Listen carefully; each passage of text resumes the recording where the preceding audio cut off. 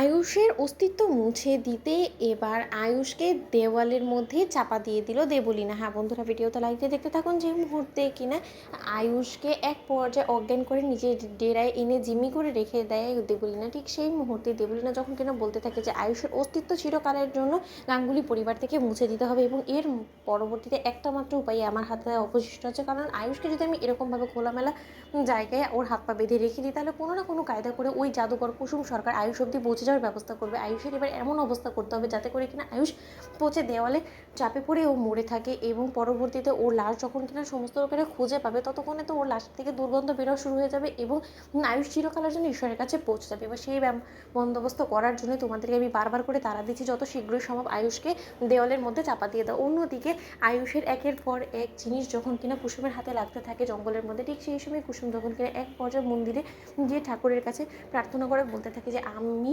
আমার স্মৃতি সিঁদুর যে কোনো মূল্যে হোক না কেন রক্ষা করব। এবং ওই দেবলীনা ম্যাডাম খুব ভালো করে জানতো যে আমার হাতের সেই নোয়া বাঁধানোটাই একমাত্র ছোটো সাহেবকে বাঁচানো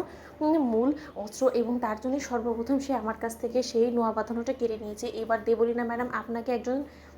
সধবা স্ত্রীর সঙ্গে মোকাবেলা করতে হবে। আমিও দেখি যে আপনি আমার সঙ্গে কি করে লড়াই করে পেরে ওঠেন এবং আমার স্বামীর গায়ে একটা যদি আঁচড় লাগে তাহলে আমি আপনাকে জ্যান্ত পুঁতে রেখে দেবো। আমি খুব ভালো করে জানি যে এই মুহূর্তে ছোটো সাহেব আপনার ডেরে আপনার জিম্মায় আছে এবং ঈশ্বর যখন কিনা এতক্ষণ অবধি আমাকে ছোটো সাহেবের একের পর এক জিনিস দেখিয়ে যখন কিনা ছোটো সাহেবকে আপনি কোথায় নিয়ে গেছেন সেই ইশারা দিয়েছে, তাহলে আমার ঈশ্বরই আমার স্বামী অবধি আমাকে পৌঁছে দেবে এবং ছোটো সাহেবকে খোঁজার সম্পূর্ণ দায়ভার এবার আমি নিজের কাছে তুলে নিলাম এবং যতক্ষণ পর্যন্ত আমি ছোটো সাহেবকে খুঁজে পাচ্ছি ততক্ষণ পর্যন্ত এই কুসুম সরকারও কোনো মতে দমবে না এবং এই মুখ নিয়ে গাঙ্গুলি বাড়িতে খালি হাতে ফিরে যাবে না। এবার যদি কুসুম সরকার গাঙ্গুলি হাউসে ফিরে যেতেই হয় তাহলে তার স্বামীকে নিয়ে অর্থাৎ গাঙ্গুলি পরিবারের বড় ছেলেকে নিয়েই গাঙ্গুলি বাড়িতে ফিরবে। অন্যদিকে এই কথা বলা মাত্র যখন কিনা অজ্ঞান আয়ুষকে নিয়ে গুন্ডারা যখন কিনা দেওয়ালে পেছনে ওকে চাপা দেওয়ার জন্য যখন কিনা এক পর্যায়ে সিমেন্ট থেকে শুরু করে ব্রিক দিয়ে সমস্ত কিছু দিয়ে আয়ুষকে দেওয়ালের মধ্যে চাপা দিয়ে দেয়, ঠিক সেই সময় দেবলীনা বলতে থাকে যে ওয়াও ওয়ান্ডারফুল, তোমরা খুব ভালো কাজ করেছো,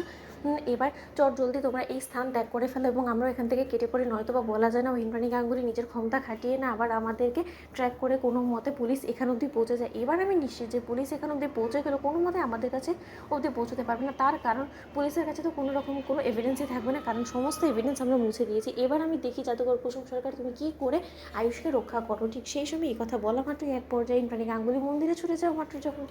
গুরুজিকে জিজ্ঞেস করতে থাকে যে গুরুজি আয়ুষ কোথায়, আয়ুষ ঠিক আছে তো বলুন না। ঠিক সেই সময় গুরুজি বলতে থাকে যে আয়ুষের সামনে ঘোর বিপদ এবং আয়ুষ কুসুমের হাত থেকে